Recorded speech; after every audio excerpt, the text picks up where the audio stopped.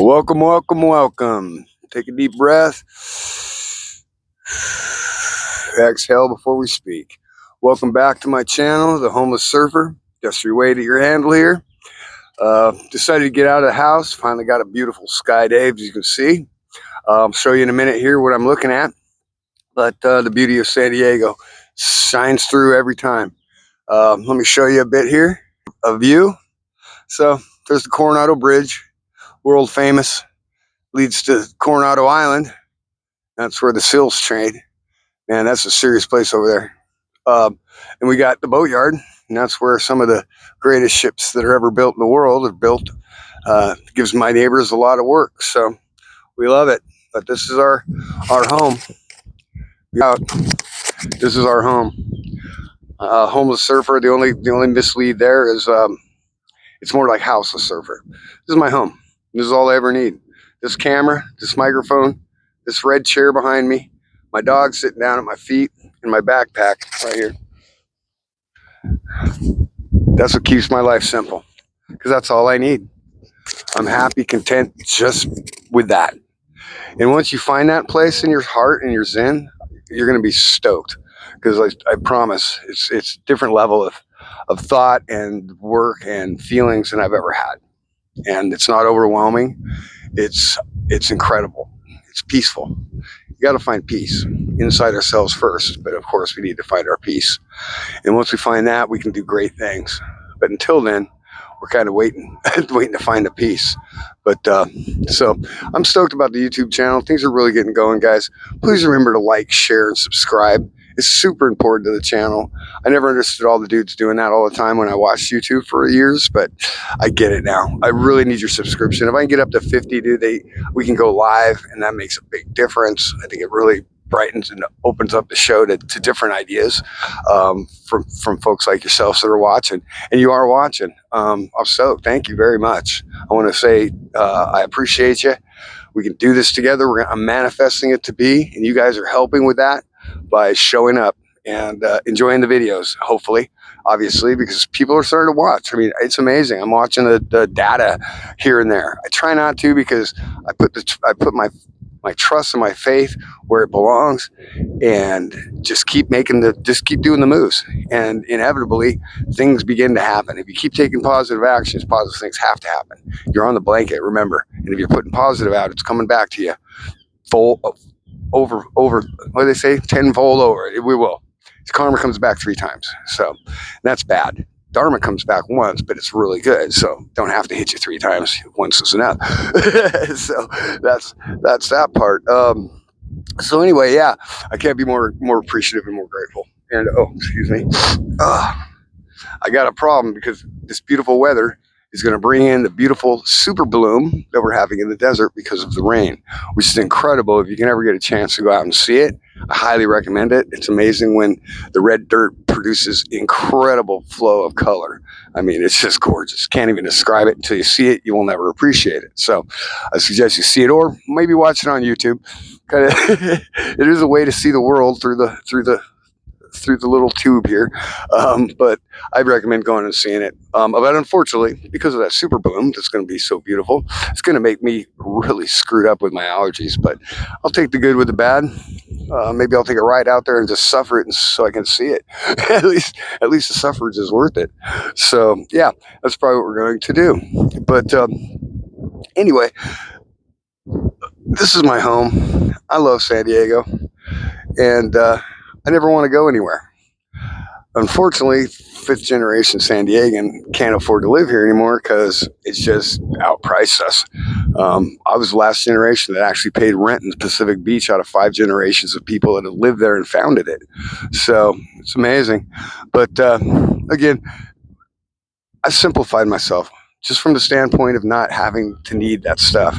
And the cool thing is about this, and like we talked about, which is a wonderful time to be alive if you can appreciate it, this thing allows us to, I'm still sitting here earning, I'm still doing cartoons. I could do this from right here. Don't have to have anything else other than a library about 4 hours a day to charge, or every couple of days for 8 hours. Either way, you fill yourself up and you get out here and you do your job. This is the way to get off the streets. And we need to. We really need to get to take motivation and get ourselves off the street. Because the unfortunate part is we cannot trust the government. If you're counting on someone else to feed you, you can end up hungry. And that's the bottom line, including the government. Now, keep in mind, I benefit from the government's food stamp program, and I think for the ongoing foreseeable future, that's not going to be an issue. But we need to work ourselves out of that as quickly and as efficiently as possible. And you're talking to a guy that sat for 10 years drinking out here. You know, it was a lot easier to sit here with a bottle of vodka and enjoy this view and get fucked up till I've got drunk enough to fall asleep somewhere around here. These trees were good. They used to be good around here, but then they camped and they turned it into encampments and shit. It just ruined it. So you couldn't stay out here no more. Unless you want to get fucked with, or they just ruined it. Just that's the crazy thing. All these kids are doing these crazy things like set up encampments. You know, we were homeless for years without freaking any problems. Nobody came along and fucked with us, but we didn't set up tents and create trash. We slept and left, and that was it. So that was our homeless situation. It still is. If I end up in the street, I got places to sleep, lots of them, and if I need to, I've got friends around that'll help me out. But I try not to bother people with my issues, and I don't think we should. You know, we've all got issues, but it does give people a chance to help, and they do appreciate doing that if you're doing the right thing. But you got to be taking the right steps, and if you're not, they're not going to help you. They just aren't. They might give you a little bit of something, but they're not going to help you. And you need help. We all do. We're down here. If you find yourself on the street, we need help. Like I said, there is the economic homeless. People that work, they work 2 jobs. They just sleep in their car between those jobs, and that's how they live. And that's not right either. But you know, specifically in my problem is this: when I was in prison, I had a guard, Bailey, cool dude, and he once said to me, he said, "Whitney," I said, "What, Bailey? What's up?" He says, "You know, you're the worst fucking nightmare of this whole system, right?" And I go, "What do you mean? What do you mean? I'm just a drug dealer. You know, I'm a simple guy. I want to do my time, get the fuck out of here and go home. Not join any cliques, nothing." So he says, "No, because of your college education." So I had a college education in law school. So I was taught the vision of what we live in is supposed to be. Now, and that was when I went to prison, because now I got to see the bullshit in the prison. Prison system doesn't help you, doesn't reform you, doesn't do anything but kick you out with nothing in your pocket until you don't commit no more crimes. Report to your parole officer. Oh, you don't have a job? Well, that's tough shit. You don't have nowhere to go? Tough shit. Don't break any laws, so, or you'll be back. Why don't they just keep them? You know, give them, because they're eating every day, they're working, they're living. You know, they've got a life, and you take it from them and throw them back into the street. It's like killing a fish and then throwing it back into the water. It's not helping. So, and why I say that or bring that up is now that I'm on the homeless side, I see the same freaking problems, man.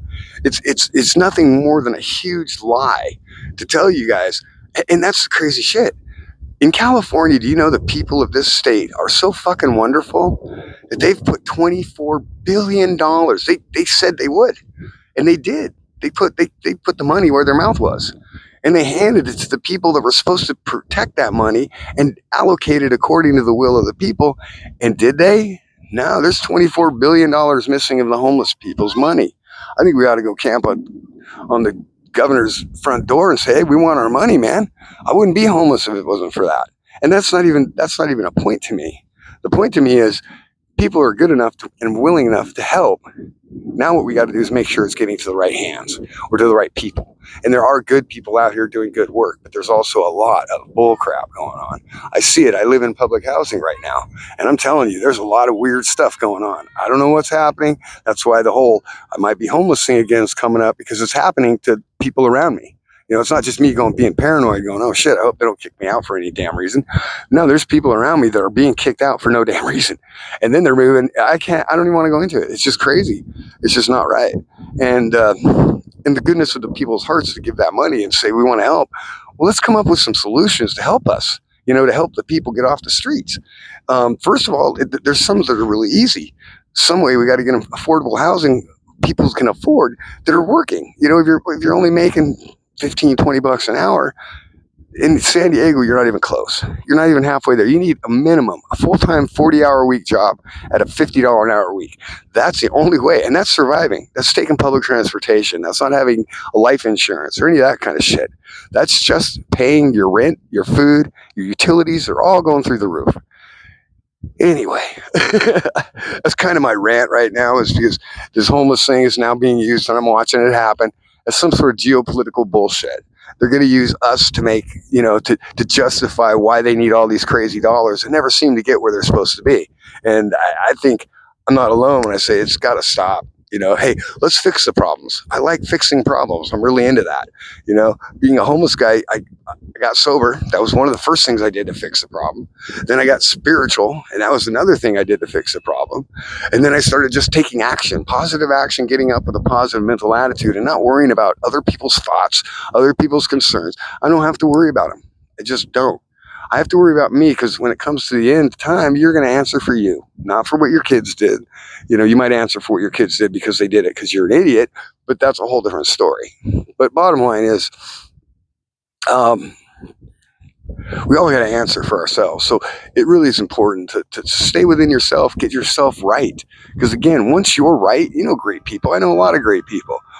They're right. They're comfortable in their skin. They know who they are. And no matter what you say to them, they're not jiggled or shocked in any way. It's not important. It's just not. We've got to live within ourselves, and we've got to make ourselves the best selves we can be. It's time. It's time. It's time to become the higher beings that we are and get rid of the crap that we're dealing with. All the thoughts, all the opinions, all the people telling us who we're supposed to be. No, you know who you're supposed to be. It's already in you. It was born in you long before they started picking it away and covering it up with dirt and mud and shade. You knew who you were. You just got lost along the way. Now you got to find your way back. And the way I did it, like I said, a coma helped. 6 months in a coma really fucking woke me up. I decided, all of a sudden, when I woke up and was alive, I decided, hey, life ain't bad. I'm glad I'm here. I hope it doesn't take that kind of bullshit in your life to get you to know that you're great. Everybody belongs here. And no matter what you think, your beauty, your identity, whatever, man, don't listen to other people's opinions of what's beautiful and what's not. Who the fuck are they to say? But if they're saying some shit like that, some negative crap to you in any way, that means that they're sick inside. They're not happy with who they are. They have no self-respect, so they can't give you any respect because they don't even know how to respect themselves. So remember that it's not something for you to worry about what other people think, say, or do, other than if it's malicious against you, then you have to stand up and defend that. But not in a way that you let it bother you, the way that you say, no, this isn't right, and I won't have it like that. I don't see nothing wrong with that. But hey, like I said, one thing you can count on, Destry, I am the king of bad fucking decisions. So, starting in kindergarten, first thing we did was throw mud at a wall, pull fire plugs, all those kind of things, you ever take a thing, you ever turn on a fire hydrant that you opened up? Shit, that's a lot of water, man. And when you're like fourth grade, you knew you screwed up and you ran home and told your mom, I fucked, help. So anyway, like I said, just bad decisions. But the one thing I can say about myself and what gives me comfort is that I've never once in my life made a bad decision that was based on harming somebody intentionally. Did it harm people? Oh, hell yeah. Almost every time somebody was embarrassed, someone was harmed, someone was hurt, that happened because of my decisions. But I never intentionally ever went out and tried to hurt somebody. And I take solace in that and think, hopefully, that's going to be a good defense when I go before my maker, butt naked, all alone, and tell him I never meant to hurt anybody. I was just having fun. Like the drugs these days, they're not fun no more, dude. I grew up on the beach, okay, and that's the bitching thing. I grew up in a place where the people from around the world want to be here in my home. They want to lay on the beach and frolic in the water, party at night, and have a good time, and maybe a little sex, and just enjoy their lives. And that's awesome for them. And it made my life kind of look like that. I just always never wanted, I was the guy that just never wanted the party to end. Let's keep it going. Come on. Well, I'm going around finding another party. I'm always looking for the after party. So that's the way that led to bad decisions for sure.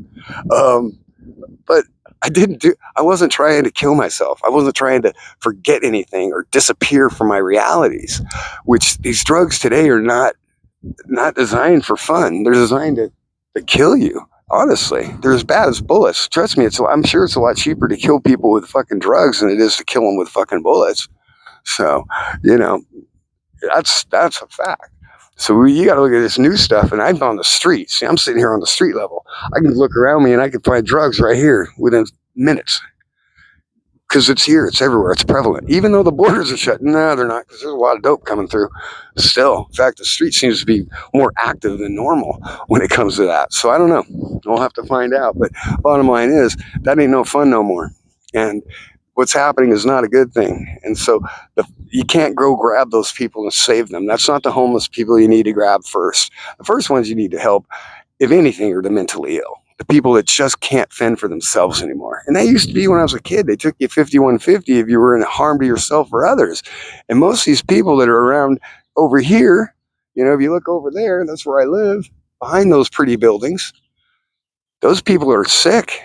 They need help. It's not kind to leave them out on the street like we do, barefoot with no shirt. I mean, God, dude, seriously, it's pouring rain. It's 50 degrees with a wind, and these people have no shirt or shoes on, and they're just standing out walking in circles. Oh my God, that's the people we need to help first, and then make it possible for people that work to actually afford to live. It's not the money. We can't pay people more money. That doesn't make sense.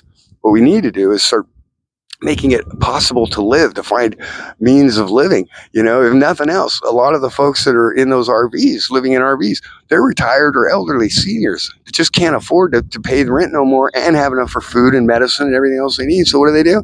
They sell out and get an RV. And you know what happens? The city comes along and takes it because they're parked in the wrong spot. That shit's bullshit. We need to set up lots, places where these people can go that are seasonal too, because there's a lot of van travelers. These are new ways that people are living and adapting to life, but we can't get in the way. They're getting in the way of that, and they need to stop. 25 billion, you could have built a lot of different vans. You could have given everyone a van. Everybody's living in vans, and you build a couple parking lots. Wow, it's not even hard. The place, what the place I live cost $40 million, which means my unit alone, which is 200, no bigger than this little pad I'm standing on right now, was $100,000. You could build $1 million home in Pacific Beach for the cost of about $100,000, maybe a little more. So let's be real. We can fix this stuff. We just need to start making sure that the people that we choose to help monitor the money that work for us. We don't work for them. They work for us. They are our employees. We put the money in a pot and we expect them to dole it out properly based on our wishes, and your wishes are good. You're kind people. So, got to remember that. But, so anyway, so that's where I'm going to kind of leave it off today. I think this is a beautiful day. It's a great day to get out here, see the beach, or see the bay. The bay is beautiful. And remember, man, let's keep it simple. Let's breathe before we speak. Try to keep our heart rate down. I got high blood pressure and I have to fight to keep my heart rate down. But as far as relaxation, I just do, because there's no reason to stress anymore, dude. Things are changing. Change with it. You got the computers, you got AI. I'm building this thing, and we're making it happen together. You're as important to this as I am, as I said before. So please like, subscribe, and comment. It's really important. I'm starting to get some comments, and I love that, man. I love to hear what you guys think of what I'm doing. So far, so good. I appreciate everybody that has something to say, because bottom line is, like I've said 100 times, this is only as good as we make it, because it's for you to entertain. And this is bitching, man. This is our like pirate radio. You know what I mean? We can just talk to each other. Now, there's things you can't say. We are kind of monitored, but overall, it's awesome. We can just discuss and be together and chat and build our community. And remember about that. That's very important. The community is huge. There's so many examples in the history of our country alone, and the history of this world that we know about, where the communities have stayed tight and stayed together and prospered because of it. Because we work together. When we have needs, we go to the community with those needs, and the community meets those needs, and that's what we need to do. That's what's going to set us all free. Get us away from just community. It's all about community and keeping that blanket. And the nice thing about, and the awesome thing about modern times is the community doesn't have to live in a neighborhood. The community could be the whole world. Like I said, growing up on the beach, I got to meet people from everywhere in this world. It was cool, man. When you're a young man, meeting girls from everywhere around the world wasn't a bad gig. No wonder I'm happy, right? I'm kidding. But no, I'm not. But anyway, so yeah, just just keeping it going, man. Anyway, I love you guys. Let's keep that community going. That's the important thing. I'm excited about what's happened again, and please continue. You got to subscribe. I need like 30 more of you guys to subscribe so I can bounce up and do the live show, and that'll be great because then I can really start the community. Because once these books start selling, and these shows start paying off, we're gonna build it. I'm gonna build a community. We're willing it to happen. I'm manifesting it to be. So hang tight. Wait to hear the manifestation and watch the manifestation happen. And either hopefully you jump on our manifestation or you realize you have the same power. Everybody here does. We're all connected. So love you guys. Peace.